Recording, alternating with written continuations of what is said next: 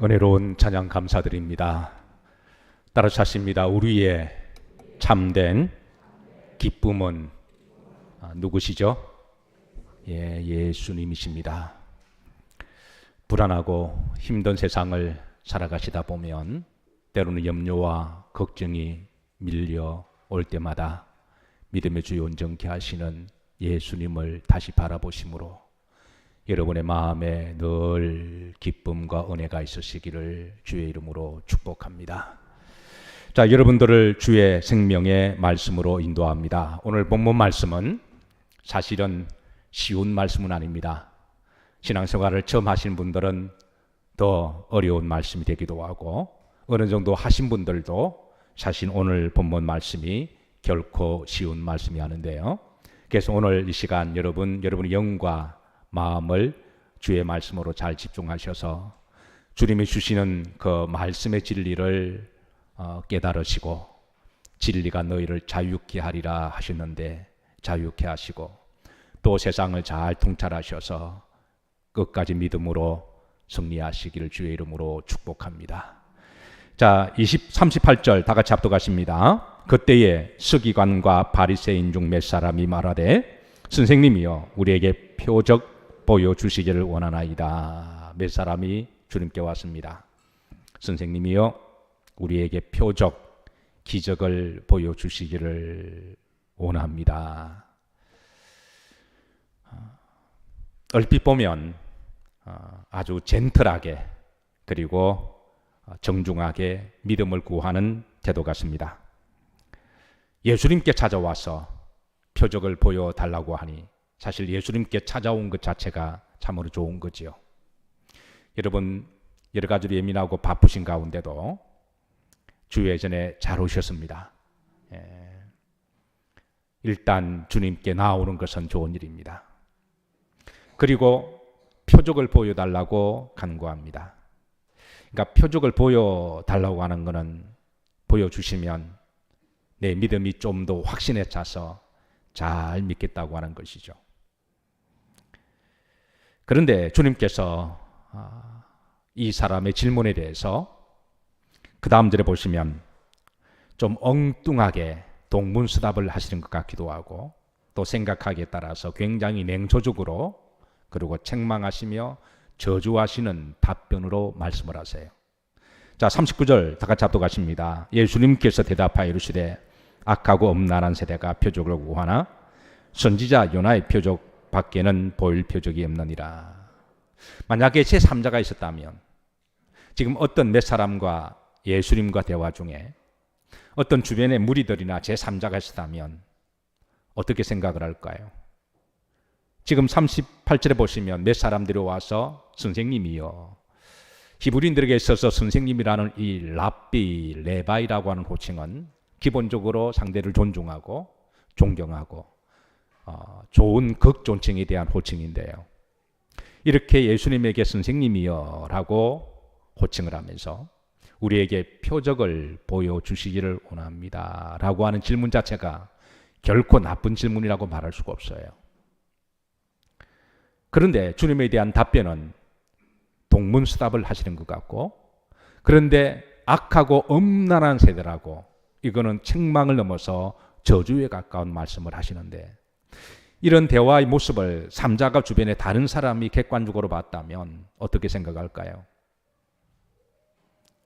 아마 오해하지 않을까요?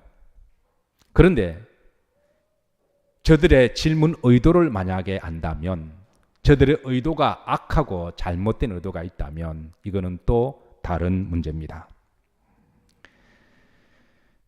마태복음 12장 38절에 보시면 저들이 질문한 몇 사람이 어디로부터 온 사람들인지 조금 더 정보를 주고 있는데요. 38절 보십시다. 그때에 누구와 서기관과 바리새인 중 몇 사람이 그랬습니다.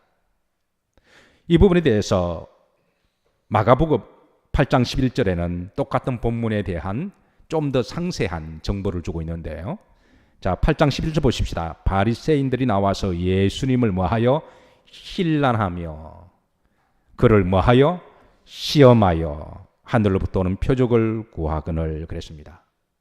그러니까 저들이 예수님께 질문하는 의도는 순수하게 예수님께 찾아와서 믿음을 좀 알고 싶고 표적을 통하여 확신 있게 믿고 싶은 그런 의도가 아니라 예수님을 신란하기 위한 목적이고 예수님을 시험해서 예수님께 대적하기 위한 목적임을 주님께서 아셨기에 주님은 그들의 마음을 보시고 악하고 엄난한 세대라고 그렇게 말씀을 하고 있습니다.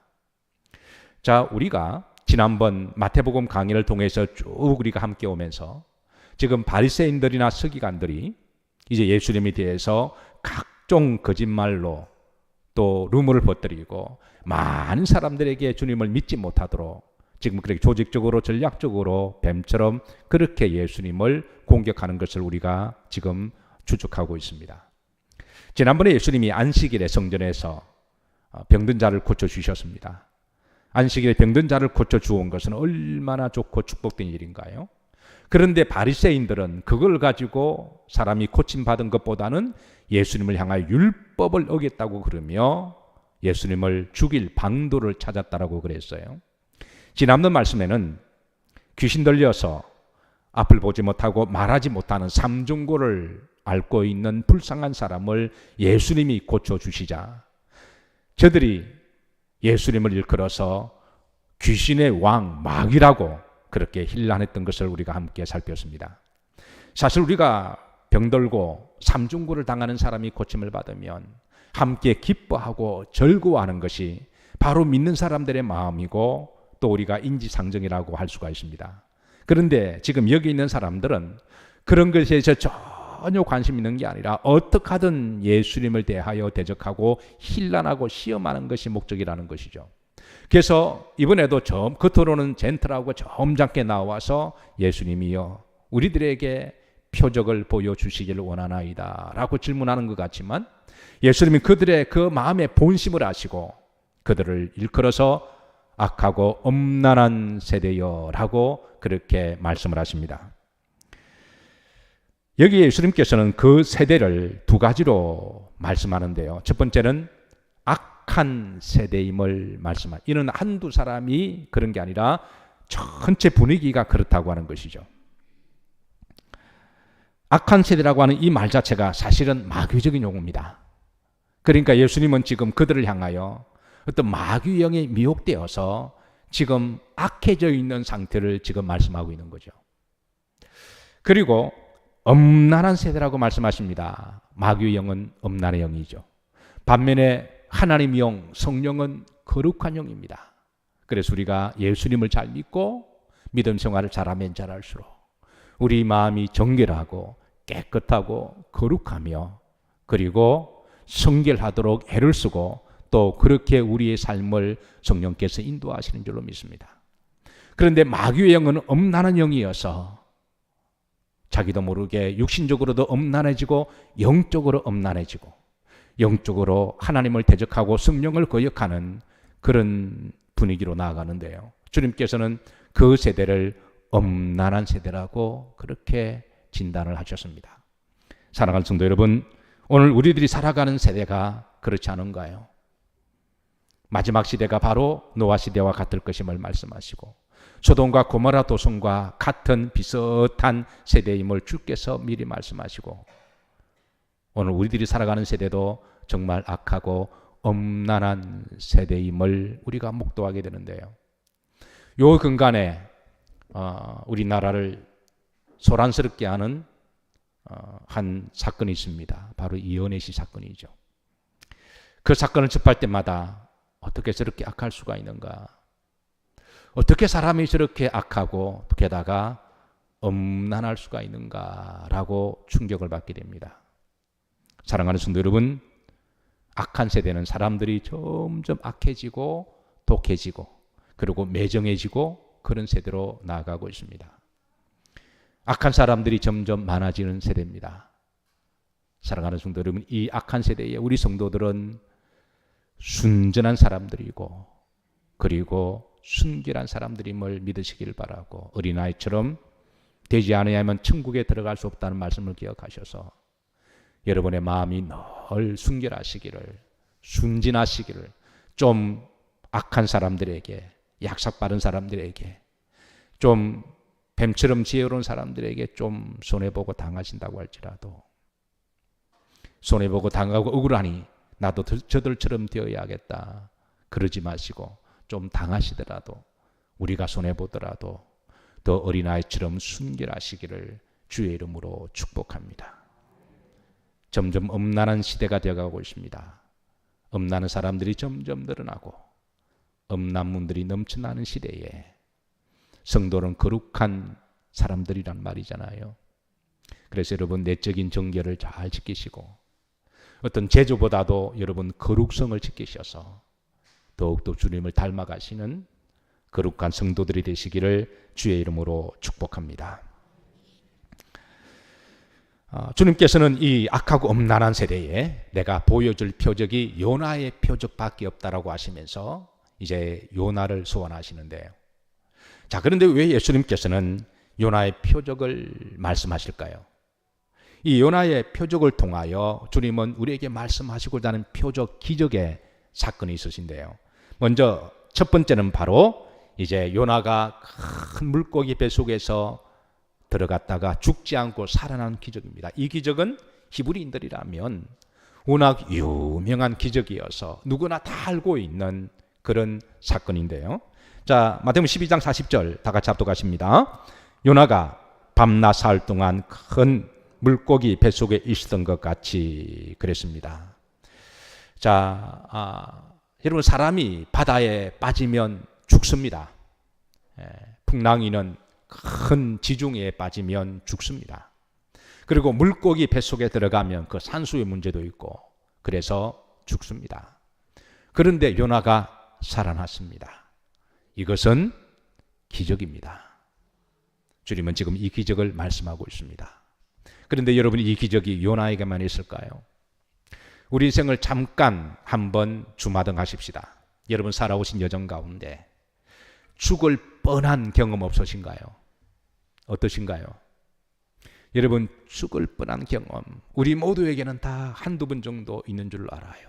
그게 질병이든 아니면 사고든 아니면 운전이든, 운전할 때마다 여러분 가운데 도란선을 사이에 두고 순간적으로 까딱 잘못하면 우리가 어떤 일이 일어날 줄 모르죠. 가끔 그런 연락을 받습니다. 목사님, 사고가 났습니다.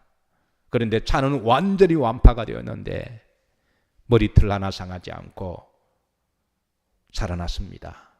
그럴 때 우리는 기적입니다 라는 말을 사용하죠. 우리가 살아가다 보면 이런 기적들이 있습니다. 앞으로 여러분들에게 이런 기적들이 일어나기를 주의 이름으로 축복합니다. 우리가 알지 못하는 여러 가지 위험한 속에 살아가면서 지금까지 살아온 것 하나님 은혜요, 기적입니다. 요나에게만 일어난 것이 아니라 우리에게도 일어났고 또 앞으로 일어날 것을 믿으면서 하나님께 늘 감사하시며 살아가시기를 주의 이름으로 축복합니다. 자, 두 번째 기적은 니느웨가 회개하는 기적이 일어났어요. 41절에 보시면 어느 때에? 심판 때에 그랬습니다. 원래 니느웨 사람들은 악과 독이 가득하여 하나님이 심판하여 그렇게 멸하기로 작정을 하셨어요. 그런데 하나님이 마지막으로 요나를 보내셨습니다. 요나를 보내셔서 마지막으로 복음을 전하게 하셨는데요. 그렇게 악과 독이 가득한 사람들이 기적적으로 이 요나의 복음을 받아들여서 죽지 않고 살아나요. 원래 심판을 받아 지옥 가기로 되어 있는 사람들, 심판을 받아 죽기로 되어 있는 사람들이 요나의 복음을 받아들이고 회개하고 살아난 것은 기적입니다. 그런데 요나서 1장 2절 우선 이 말씀 다 같이 한번 합독하시죠. 너는 일어나 저 큰 성읍 니느웨로 가서 그것을 향하여 외치라. 그 무엇이 악독이 내 앞에 상달되었다. 그래서 하나님이 심판하기로 하셨죠. 자, 그런데 이제 4장 11절에 보십시다. 여기에 보시면 저들이 회개함으로 말미암아 죽을 사람이 죽지 않고 살아난 사람이 몇 명인지 하나님은 우리들에게 말씀을 해주고 있는데요. 자, 다 같이 한번 합독합니다. 하물며 이 큰 성읍 니느웨에는 좌우를 분별하지 못하는 자가 12만 명이요 그랬습니다. 여러분, 한 사람이 죽을 뻔했는데 죽지 않고 살아난 것이 기적이라면 이거보다 더 큰 기적은 12만 명이 죽지 않고 살아난 것은 더 큰 기적인 줄로 믿습니다. 이 니느웨 도성의 기적을 주님께서 말씀하십니다. 자, 그런데 여러분, 이것보다 더 큰 기적이 바로 40절에 있는데요, 예수님의 부활의 기적입니다. 구름질에 보십시다. 인자도 밤낮 사흘 동안 어디에 있으리라? 그러니까 요나의 기적을 말씀하시면서 요나가 물고기 뱃속에 3일 동안 있고 죽지 않고 다시 살아나는 것처럼 인자도 땅 속에 있다가 다시 살아나리라. 이것은 주님이 지금 부활의 복음을 전하시고 계십니다. 사랑하는 성도 여러분, 내가 죽을 뻔하다가 죽지 않고 살아난 것 기적이죠. 앞으로 그런 일들이 있으시길 바랍니다. 그런데 나 한 사람이 살아난 것도 기적인데 12만 명이 죽지 않고 살아나는 것 기적이고, 나 한 사람 예수 믿고 구원받은 게 기적인데 우리나라 전체 대한민국이 예수님을 믿고 구원받는 사람들이 점점 늘어나서 그 수가 10만 명이 되고 100만 명이 되고, 지금 기독교인들이 좀 줄어들기는 했지만 한때 1000만 명이라 그러지 않았어요. 하나님의 놀라운 기적인 줄로 믿습니다. 그런데 12만 명이 살아난 기적보다 더 놀라운 기적은 주님의 부활의 기적이십니다. 이럴 때 여러분 좀 감동받으시고 크게 아멘 하십시다. 왜냐하면 주님의 부활의 기적은 이것은 온 인류를 구원하시기 위한 믿는 자들의 부활의 소망이 되기 때문에 그런 거죠. 그러니까 주님은 지금 이 상황 속에 주님을 힐난하고 비난하고 시험하고 죽이고자 하는 사람들의 음모 속에서도 한편으로는 주님이 마음이 씁쓸하시고 마음이 아프시겠지만 주님은 저들에게 친절하게 대답을 하시면서 그 가운데도 부활의 복음을 전하시고 계시는 거죠. 내가 땅 속에 들어가서 고난을 받아 죄값으로 인류의 대속을 위해서 3일 동안 죽겠지만 다시 살아날 것이다. 우리는 지지난주에 부활주일로 하나님께 드렸습니다. 부활주일만 부활이 있는 것이 아니라 날마다 우리가 살아가는 것이 부활이고, 매주일마다 부활의 소망을 기념하는 예배가 되시고, 그리고 하나님 나라 갈 때까지 늘 부활의 소망으로 살아가시기를 주의 이름으로 축복합니다.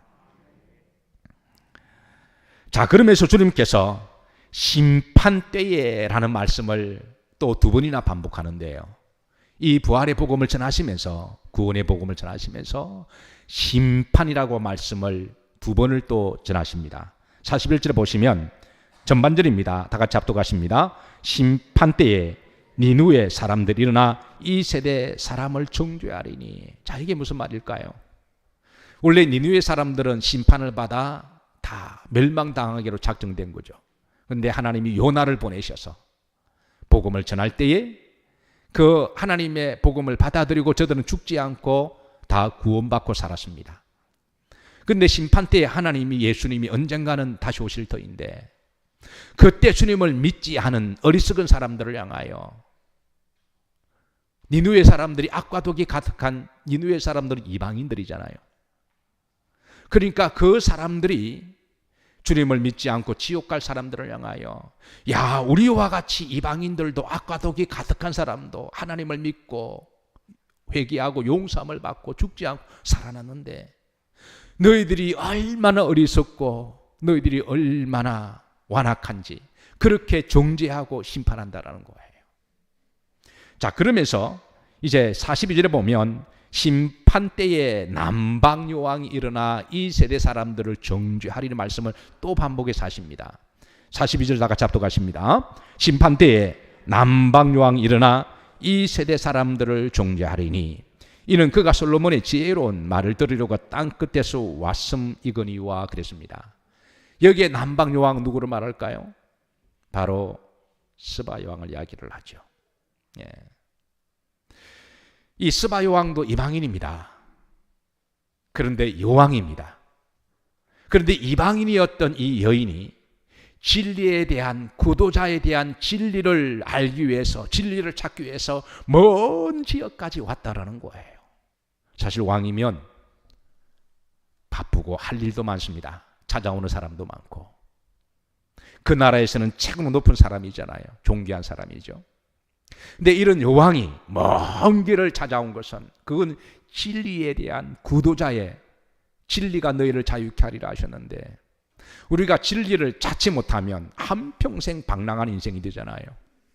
그래서 이 여왕이 먼 길을 찾아서 솔로몬의 지혜를 얻고, 솔로몬을 통해서 하나님의 지혜를 만나고 하나님을 믿게 되는 이 스바 여왕을 주님이 언급하시면서, 심판 때에 이 세대에 완악하고 주님을 영접하지 않고 믿지 않는 사람들을 향하여, 저렇게 한 여왕이었던 저 여자도 먼 길을 찾아와서 진리를 얻기 위해서 진리를 찾았거늘, 너희들이 얼마나 어리석고 완악했으면 예수님이 직접 찾아오셨는데, 하나님이신 예수님이, 스바 여왕은 하나님을 만나기 위해서 먼 길을 찾아갔듯이, 그런데 예수님은 직접 이 땅에 오셨잖아요.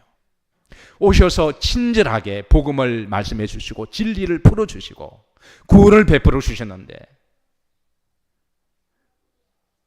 너희들이 어찌 찾아오신 예수님을 배척하고 부인하고 그를 죽이려고 그러냐 그러면서, 너희들이 얼마나 악하고 독한 세대인지 스바 여왕이 일어나서 심판 때에 정죄하신다고 하는 말씀이죠. 사랑하는 성도 여러분, 사실 우리나라도 가만히 보면요, 우리나라 기독교 역사를 보면 우리가 선교사를 보내달라고 한 적이 없습니다. 우리가 하나님 이름을 부른 적이 없어요. 우리는 우상의 민족이었고 완악한 민족이었고, 그리고 미혹하는 영에 미혹되어서 영적으로 엄난한 그런 민족이었습니다. 그런 민족을 하나님이 우리를 지극히 사랑하셔서 선교사들을 마음에 성령의 감동을 주심으로 예수님이 그 선교사들을 우리나라에 보내셨습니다. 우리가 보내달라고 한 적도 없고 편지 보낸 적도 없고요, 우리가 배삭을 준 적도 없고 우리가 여비를 준 적도 없습니다. 그 선교사들이 주님의 마음을 가지고 자기의 여비를 들고 재산을 팔아서, 그때는 배 타고 왔잖아요. 그 선교사들이 태평양 건너올 때 도하고 댕굴댕굴 그렇게 몇 달을 구르다가 그렇게 우리나라 땅에 와서, 그렇게 해서 저들이 우리나라에 복음을 전하셨어요. 입에도 맞지 않는 문화와 풍토와 음식을 가지고. 여러분, 여러분 청국장 좋아하시나요? 우리야 청국장 좋아하지. 여러분 된장 좋아하시나요? 우리야 된장을 좋아하지. 서구 사람들은요, 처음 청국장 냄새만 맡으면 그 똥인 줄 알았어요. 우리야 마늘 좋아하죠. 우리야 김치 좋아하지. 그걸 처음 먹는 사람들은. 그런데 예수님의 마음을 가지고 우리와 좀 더 가까이 친하게 지내기 위해서 음식도 먹고 청국장도 먹고. 제가 유학 생활을 하면서요, 어느 날 너무 고국에 대한 그림이 있어서 청국장이 비 오는 날, 비가 주룩주룩 오는 날 청국장을 먹고 싶어서 청국장을 끓여 먹었습니다. 입에서는 다나 배에서는 쓰리라. 나중에 난리가 났어요. 아파트에서 난리가 났습니다. 그 학교 앞에 한인들이 거의 없었고, 한 100년 넘은 아파트여서 나무로 지은 아파트고 오래되었고, 걸어다니면 삐걱삐걱 소리가 나고 쥐들이 왔다 갔다 하고, 그리고 그러다 보니까 방음 시설이 되지 않고 냄새가 쫙 아파트 동에 다 퍼졌는데요, 여기저기에서 창문을 열고 난리가 난 거예요. 지금 누가 똥 퍼냐고 그러고. 그 순간에 이게 난리가 난 거예요. 그렇다고 청국장을 이미 다 끓였고, 보암직하고 먹음직만한 것이 내 앞에 있는데 안 먹을 수도 없고, 집사람하고 나오고 맛있게 먹었습니다. 그런데 아파트에 난리가 났어요. 그 아파트에, 그 동네에 동양인은 나밖에 없었던 터라.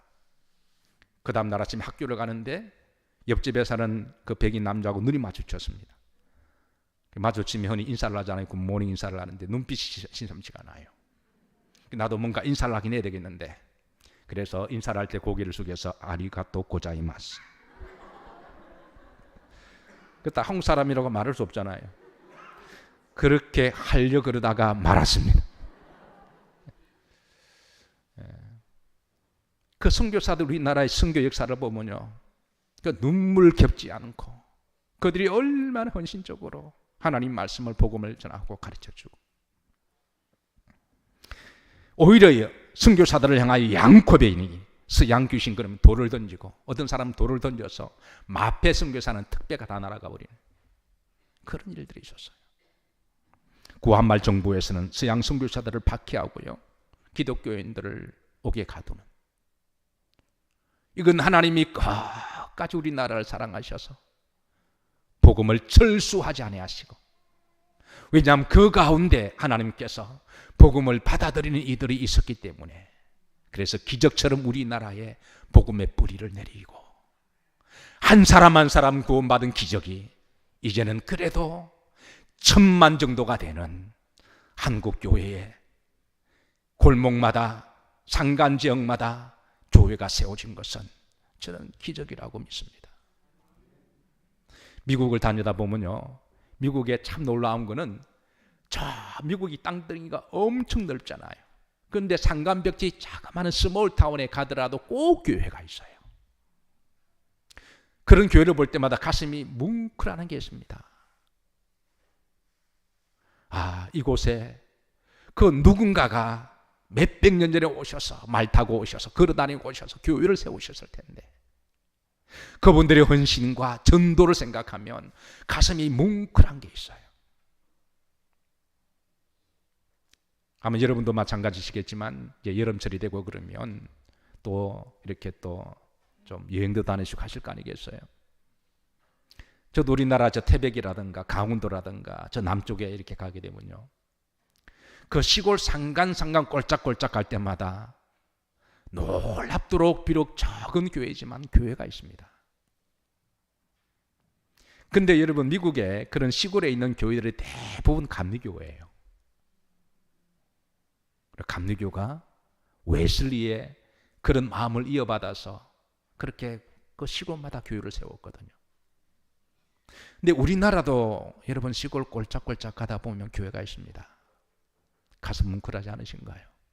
누군가가 여기에 오셔서, 전도사님이 오셨던 선교사님이 오셨던, 아니면 평신도가 그 교회에 헌신하셨던 누군가가 재산을 팔고 자비와 선교를 통하여 교회를 세우신 교회들입니다. 저 개인적으로 적은 하나의 다짐과 약속이 있는데요, 시골에 가다가 적은 교회가 있으면 가급적이면 바쁘지 않으면 그 교회 둘러서 잠깐 기도하고자 합니다. 그래서 그 교회를 세웠던 분들에 대한 영성을 다시 한번 도전을 받고요, 그리고 할 수만 있으면 제가 가지고 있는 주머니에 있는 것을 다 꺼내서 무명으로 헌금을 하고 돌아오는 것이 제 나름대로 그냥 조그만한 하나님에 대한 믿음인데요. 그래서 누군가가 그 적은 헌금을 통하여 그 교회 목사님이나 그 교회 선교위원들이 좀 위로도 받고 용기가 되었으면 하는 그런 마음도 있고, 그리고 또 하나님 이름으로 하는 거니까, 죽게 사는 거니까. 여러분 어떠신가요? 여러분 혹시 이제 산에 이렇게 또 작은 스몰 타운을 어촌이든 동촌이든 지나가시다가 교회가 있으시면 아마 남다른 감동이 있으리라고 믿습니다. 그냥 지나가지 마시고, 대부분 시골 교회는, 산간 교회는 다 문을 열어놓거든요. 들어가셔서 경건하게 기도하시고, 또 성령께서 감동 주시면 여러분의 밖에서 있는 얼마라도 거기에 또 이렇게 헌금하시고 그렇게 축복하시고 나오시기를 주의 이름으로 부탁합니다. 우리나라에 교회가 세워지고 1000만 기독교인이 이렇게 늘어난 것은 하나님의 기적이고 역사입니다.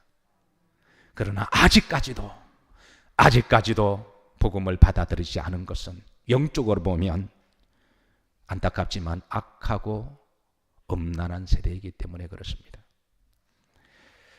자, 주님께서 이 복음을 전하시면서 더 큰 이가 여기 있느니라 라는 복음으로 이어가시는데요.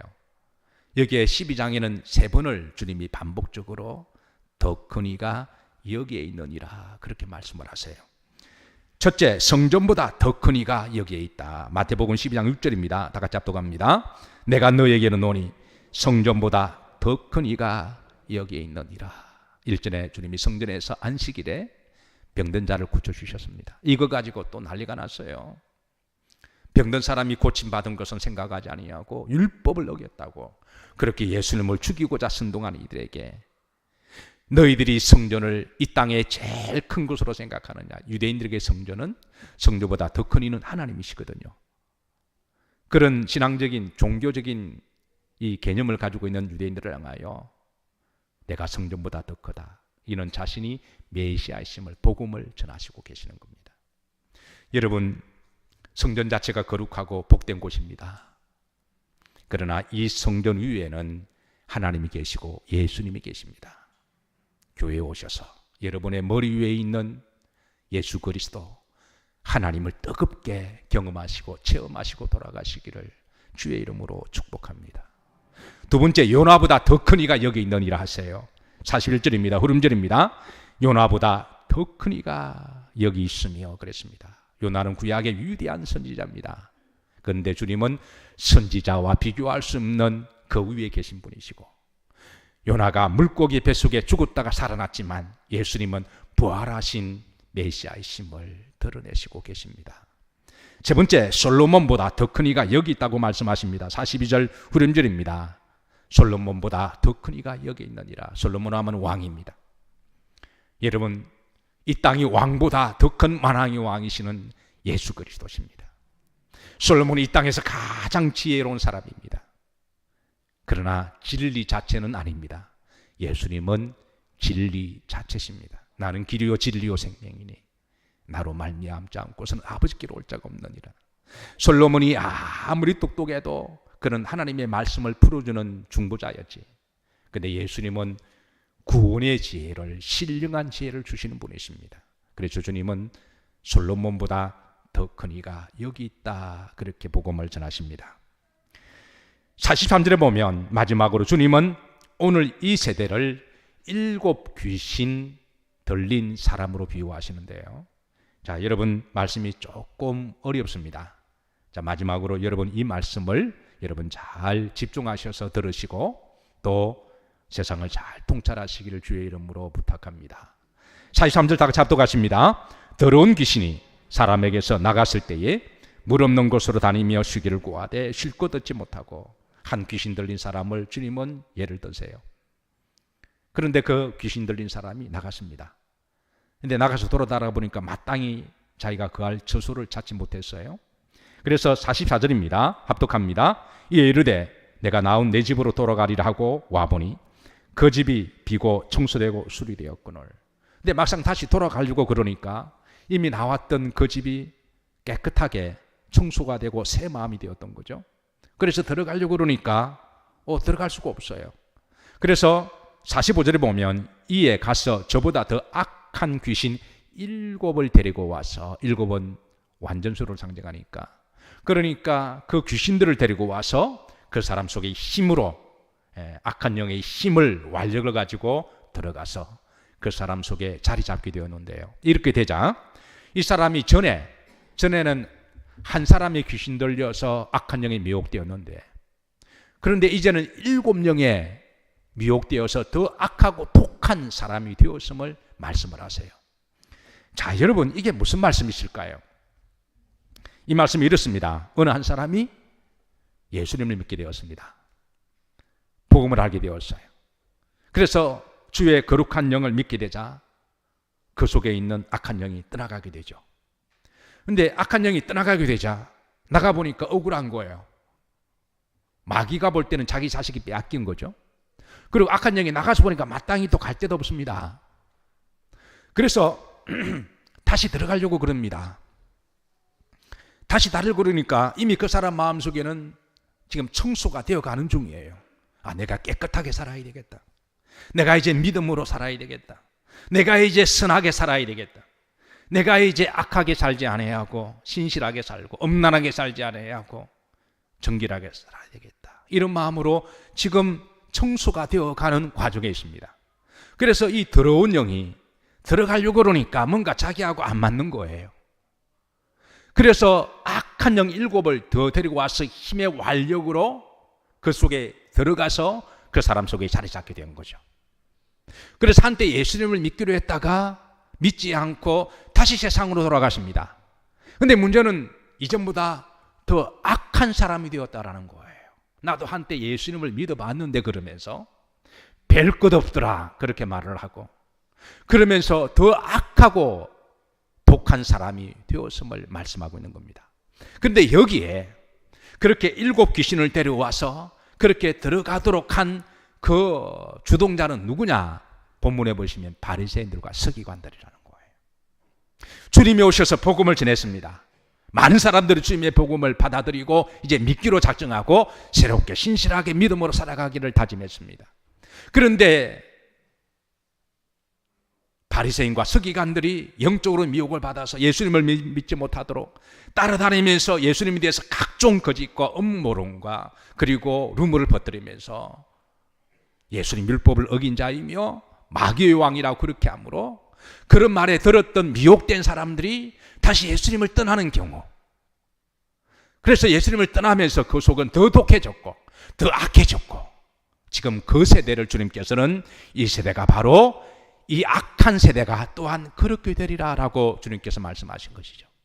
이건 여러분 오늘 이 시대도 마찬가지인데요, 의외로 한때 예수님을 믿었다가 주님을 떠난 사람들 의외로 많아요. 지금 우리나라에 이단들이 얼마나 많은 줄 아시죠? 얼마나 신천지나 저 안상홍이나 동일교나 이단들이 또 이단들은 얼마나 많고, 이단들이 그 사람들 대부분 여러분 교회 다닌 사람들이었어요. 한때 열정도 있었고요, 한때 순수함도 있었던 사람들이, 그 사람들이 이단들에 들어가면서 이전보다 더 악한 사람들이 되어버렸습니다. 어떤 사람들은 교회 시험 들었다고 떠나는 경우도 있습니다. 왜 떠난지는 사람들마다 다 다르지만 어쨌든 여러분 한때 예수님을 믿다가 떠난 사람들이 의외로 많다라는 거예요. 그리고 그 뒤에는 악한 영들이 참으로 뱀처럼 간교하게 많은 사람들을 미혹해서 사람 때문에 시험 들었고 뭐 때문에 힘들었고 뭐 때문에, 여러분 주님 보시는 그날까지 끝까지 예수님을 잘 믿으시기를 주의 이름으로 축복합니다. 예수님 세대에만 바리새인과 서기관들의 업무가 있는 게 아니라 오늘 이 시대에도 악한 영에 미혹된 사람들이 점점 갈수록 악한 사람들이 늘어나고 엄나는 사람들이 늘어나고 많은 사람들이 미혹하는 이 시대에, 그래서 한때 잠깐 교회를 다녔다가 무엇 때문에 실망인지는 모르겠지만 그래서 교회를 떠나서, 여러분 히틀러도 그 부모가 유태인이잖아요. 김일성도 그 부모님이 군사님이시잖아요. 칼막스도 유태인이잖아요. 그러니까 한때 신앙생활을 나름대로 하다가 떠난 사람들은요, 나중에 악한 영에 의해서 더 악하고 더 독하게 될 수 있음을, 그 세대가 그렇게 되리라. 여러분 끝까지 믿음을 잘 지키시기를 주의 이름으로 축복합니다. 악하고 음란한 세대에 여러분도 어린아이처럼 순전하시고 또 경건하시고 거룩하시고 깨끗하시기를 위해서 몸부림치시다가 오늘 주님의 말씀을 영적으로 잘 통찰하셔서 시대를 잘 분별하셔서 이 부활의 복음을, 예수 그리스도의 믿음을 끝까지 잘 지키시고 주신 사명 잘 감당하시기를 주의 이름으로 축복합니다. 우리 시간